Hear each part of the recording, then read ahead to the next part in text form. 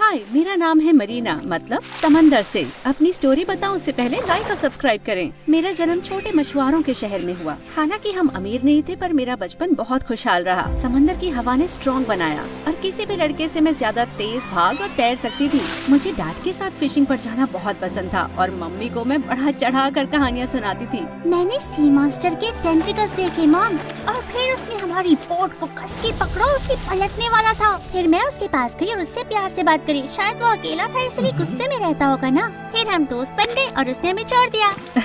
सच में? तो तुम्हारे पापा को क्यों नहीं दिखा? क्योंकि मॉन्स्टर्स सिर्फ बच्चों के सामने आते हैं ना।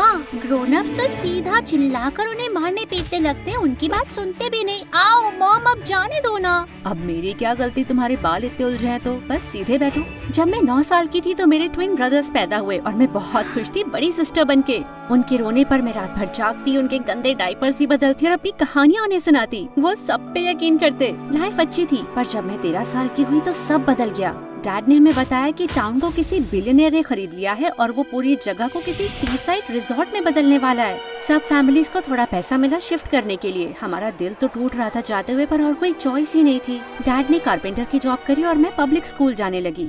मेरी मॉम जब पहले दिन मुझे स्कूल छोड़ने आई तो मैंने बहुत हिम्मत दिखाई, पर अंदर से तो जेली फिश की तरह कांप रही थी। इतने सारे लोगों को देखने की आदत नहीं थी मुझे। पहले हफ्ते तो मैंने सर भी नहीं उठाया। लोगों को उनके जूतों से पहचानने लगी थी मैं। और लंच पे मैं जैनिटर के क्लोजेट में अकेले खाना खाती। एक दिन मैं घर जा रही थी तो देखा कि कुछ लड़के किसी को घेरकर उसे बहुत तंग कर रहे हैं। तभी मेरी नजर पड़ी उसके एंटमैन स्नीकर पर, और वो तो पक्का मेरी क्लास के टॉम के थे। हे तुम, बस करो, जाने दो उसे। क्या तुम इस नन्हे टॉमी की गर्लफ्रेंड हो? तुम्हें पता है ये कार्टून कीड़ों से बातें करता है। हाँ, तो मैं भी कौवों से बात करती हूँ, और अगर उसे तुमने छोड़ा नहीं ना तो मैं सारे कौवों को यहाँ बुला दूंगी। मैंने ऐसा कह क्यों दिया? ओह अच्छा, तो चलो पुल्ला कर दिखाओ। मुझे कोई आइडिया नहीं था मैं कर क्या रही हूँ, लेकिन मैंने पागलों की तरह अपने हाथ हिलाना और कौवे की तरह चिल्लाना शुरू कर दिया। लड़के पेट पकड़ के हंस रहे थे और मैं कौवे की तरह काय काय करे जा रही थी। तभी लेकिन अचानक एक कौवों का झुंड वहाँ सच में आ गया। मैं भी शॉक हो गई। हमला करो, नोच लो उनकी आँखें मेरे बच्चों। लड़के दुम दबा कर वहाँ से भाग गए, जबकि कौवे उनका पीछा कर भी नहीं रहे थे। क्या अमेजिंग कोइंसिडेंस था यार। वाओ, तुम कितनी कूल हो। बात ये है कि अब ऐसे जाने दो, मैं हूँ बड़ी कूल। हाँ, दोस्ती करोगे मुझसे? मैं हमेशा आपकी सेवा करूंगा मैम। और ऐसे बना इस शहर में मेरा पहला दोस्त। उसे कीड़ों से बड़ा प्यार था, लेकिन वो बहुत स्वीट और स्मार्ट भी था। अक्सर मेरी होमवर्क में बड़ी हेल्प करता था। वो मेरी पहले की जिंदगी में भी बड़ी रुचि लेता और इससे मुझे भी कम होमसिक फील होता। हाई स्कूल शुरू होने पर एक बार मैं उसे घर लाई और देखा मेरे छोटे भाई खाने के साथ लड़ाई कर रहे थे। जीज, अरे बस करो गाइस, मॉम कहाँ पर है? मॉम! जब उनका जवाब नहीं आया तो मैं उनके कमरे में गई और देखा वो जमीन पर बेहोश पड़ी हैं। टॉम ने एम्बुलेंस बुलाई और हम उन्हें तुरंत हॉस्पिटल ले गए। क्या मॉम ठीक हो जाएंगी? हाँ बिल्कुल स्वीटी। मुझे डर लग रहा है। डरो मत, सब कुछ बिल्कुल ठीक हो जाएगा। पर सब ठीक नहीं था। एक हफ्ते बाद मॉम वापस आई, लेकिन उन्हें स्पेशल केयर की जरूरत थी। हमारे पास एक फुल टाइम नर्स के पैसे नहीं थे, तो जितना हो सके मैंने हेल्प की। रोज स्कूल के बाद मैं घर जाकर मॉम को दवाई देती, बिस्तर ठीक करती और उनके पैर दबाती। डैड काम पर होते तो मैं घर में सफाई करती, खाना बनाती, भाइयों का भी ध्यान रखती जो मुझे पागल कर देते थे। पर कभी कभी वो प्यारी हरकत भी करते, जैसे एक बार फाउंटेन से सिक्के उठाकर ले आए और हमने 3 दिन तक पिज्जा खाया। मुझे खाना नहीं बनाना पड़ा। जब मॉम की तबीयत ठीक होती तो वो हमारे लिए स्वेटर बुनती और डैड कहानियाँ सुनाते। कुछ दिन काफी अच्छे भी थे, पर बाकी दिन काफी मुश्किल थे।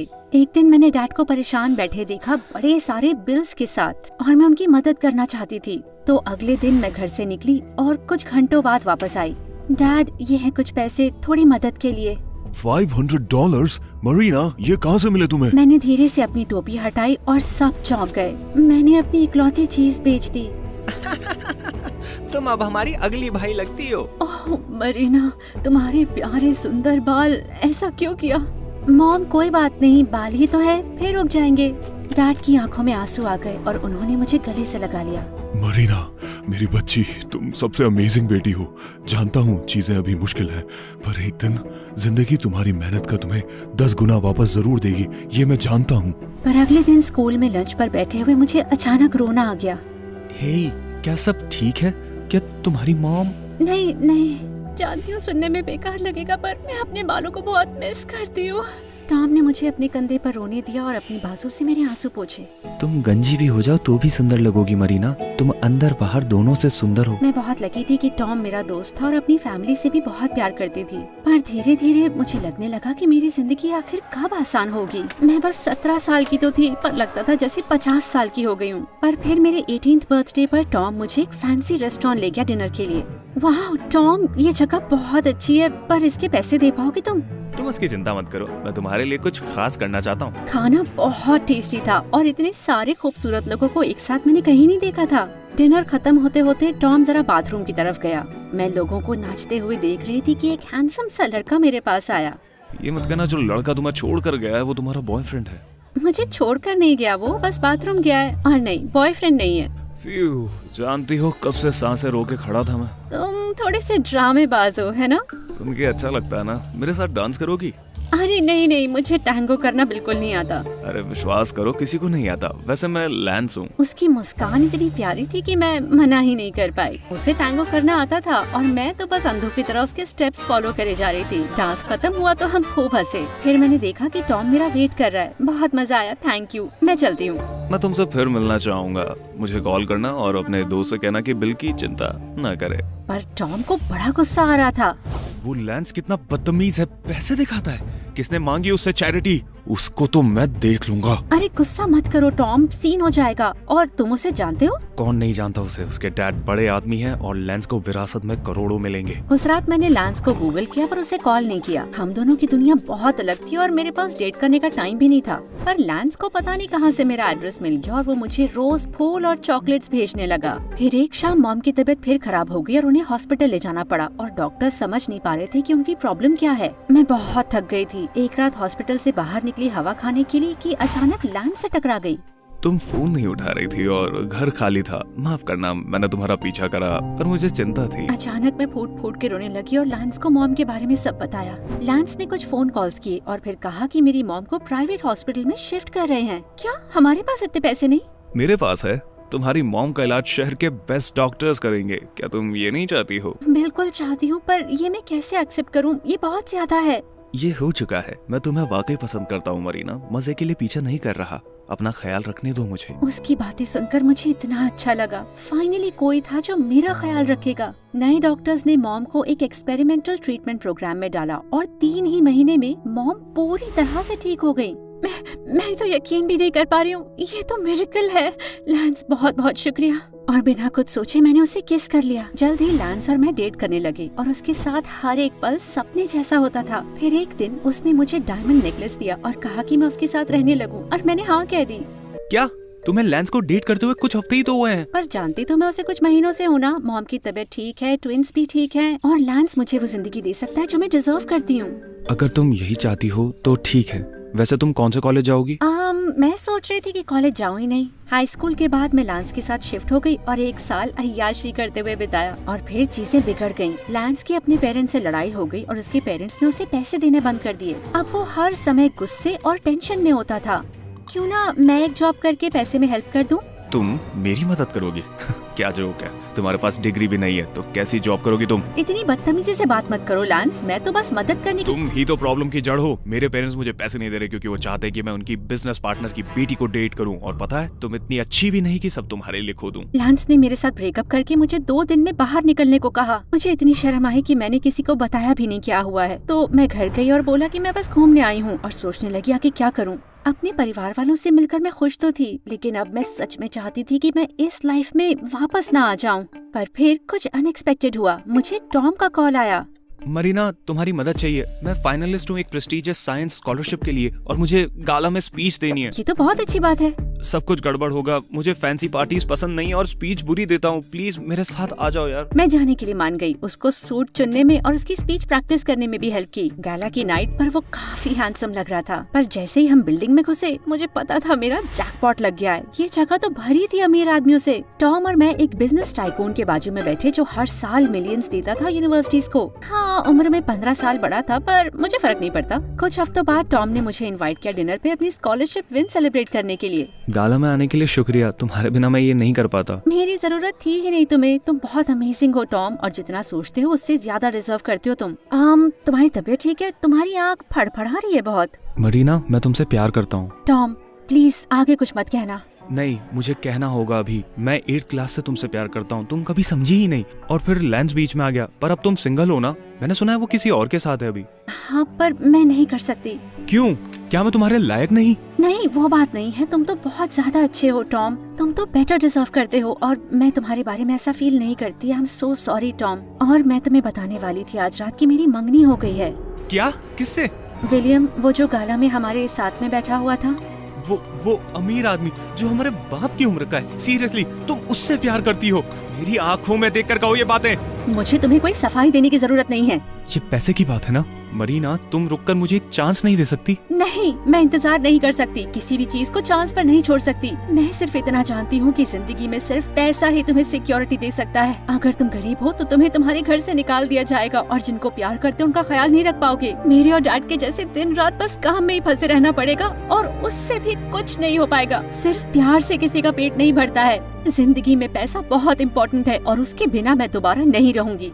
पता है क्या, अगर कोई बोलता कि तुम बड़ी होकर गोल्ड डिगर बन जाओगी तो मैं कभी यकीन नहीं करता। उसे मैं मुक्का मार देता। पर शायद मैं तुम्हारे बारे में गलत था। मुझे इतना गुस्सा आया कि मैंने टॉम को चांटा मारा और वहाँ से रोते हुए भाग गई। वो कौन होता है मुझे जज करने वाला? 1 हफ्ते बाद मैंने विलियम से शादी करी, और पता लगा कि उसकी एक 8 साल की बेटी है एलिसन, जो उसके साथ रहती है। ज्यादातर वो बाहर होता तो एलिसन को नानीज ने पाला, और उसे मैं पसंद नहीं थी। पहले ही हफ्ते उसने मेरे ऊपर प्रैंक्स किए ताकि मैं चली जाऊँ। मैंने फिर भी उसका दोस्त बनने की कोशिश करी और उसे प्यारी सी बिल्ली ला कर दी।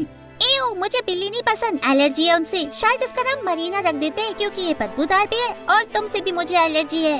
पर अगली सुबह मैंने देखा कि एलिसन बड़े प्यार से बिल्ली के साथ बेड पर सो रही है। फिर एक रात बहुत तेज आंधी तूफान आया, और एलिसन को मैंने अपने दरवाजे पर पाया।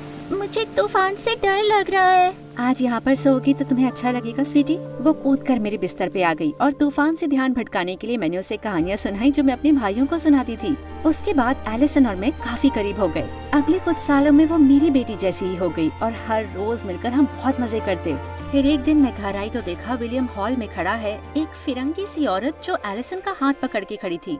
क्या चल रहा है यहाँ पर? ये एलिसन की माँ है और उसे फ्रांस ले जाने आई है। एलिसन अब उसके साथ ही रहेगी। क्या फ्रांस? नहीं, तुम ऐसे आकर उसे घर से नहीं ले जा सकती। आज तक कहाँ गायब थी तुम? हाँ, मैं किसी नैनी के सवालों का जवाब नहीं दूंगी। एलिसन चलो। एलिसन प्लीज रुको। स्वीटी, क्या तुम सच में जाना चाहती हो? मेरे साथ तुम खुश नहीं हो क्या? हाँ खुश हूँ, पर मरीना वो मेरी मॉम है, मैं उनके साथ रहना चाहती हूँ। पर कोई और रास्ता जरूर होगा, तुम्हें इतनी दूर जाने की जरूरत नहीं। प्लीज रुक जाओ ना। विलियम ने मुझे रोका, और एलिसन ने एक आखिरी बार मुझे दुख भरी नजर से देखा और चली गई, और मेरे दिल के हजारों टुकड़े हो गए। उसके बाद मुझे ऐसा लगने लगा कि मैं इस महल में दीवारों के साथ अकेली रहती हूँ, जहाँ कोई प्यार नहीं, कोई खुशी नहीं। मेरे अंदर कुछ टूट सा गया था, और मुझे पुरानी जिंदगी की याद आने लगी। ज्यादा कुछ नहीं, पर कम से कम उठने की मेरे पास एक वजह थी। लोग थे जो मुझसे प्यार करते थे। 1 महीने बाद मैंने विलियम से डिवोर्स मांगा और घर चली गई। अपने परिवार के पास वापस जाना अच्छा लगा, और मेरे घाव भरने लगे। मैं कम्युनिटी कॉलेज में कोर्सेज और पार्ट टाइम जॉब ढूंढने लगी, और एक फ्लावर शॉप पे मुझे सेल्स असिस्टेंट की नौकरी मिल गई। एक शाम जब मैं थक के घर जा रही थी तो रास्ते पे अचानक किसी से टकरा गई। Oh my God, Tom! Marina, okay, मैं हैरान होने की एक्टिंग कर रहा हूँ। जानता था तुम यही हो आजकल। मैंने कूद कर उसे गले लगा लिया और बच्चों की तरह रोने लगी, और उसने सहारा दिया। टॉम के साथ मिलकर बहुत अच्छा लगा, और मुझे उस पर काफी गर्व था। वो अब एक फेमस एंटोमोलॉजिस्ट बन गया था, और उसके पास खुद का टीवी शो भी था जिसमें वो दुनिया घूमकर नए कीड़े ढूंढता। जब भी वो देश वापस आता हम दोनों जरूर मिलते, और मुझे उससे प्यार होने लगा था। मेरे कॉलेज से ग्रेजुएट होने के बाद उसने मुझे प्रपोज किया, और मैंने हाँ कह दिया। वो वीकेंड के लिए मुझे एक प्यारे से सी साइड हाउस में लाया, और मैं हैरान हो गई जब उसने मुझे चाबी दी। ये जगह तुम्हारी है मरीना, चाहो तो अपनी फैमिली को भी यहाँ ले आओ। क्या टॉम? नहीं, मैं बदल चुकी हूँ सच में। मैं सिर्फ तुम्हें चाहती हूँ, तुम्हारे पैसे या तुम्हारे बीच हाउस को नहीं। जानता हूँ, जब मैंने तुमसे वो घटिया बातें कही थी वो सिर्फ इसलिए कही क्योंकि मैं बहुत दुखी था। पर मैं समझ सकता हूँ कि तुम्हें वैसा क्यों लगता था। मैं हमेशा से तुम्हें अच्छी लाइफ देना चाहता था। पहले मुमकिन नहीं था, पर अब मैं कर सकता हूँ। जब तुम अपने बचपन की कहानियाँ सुनाती थी तो मैंने हमेशा समंदर किनारे रहने का सोचा था। अब हम रह सकते हैं, सपने वाकई पूरे होते हैं। I love you so much, Tom. I love you too, Marina.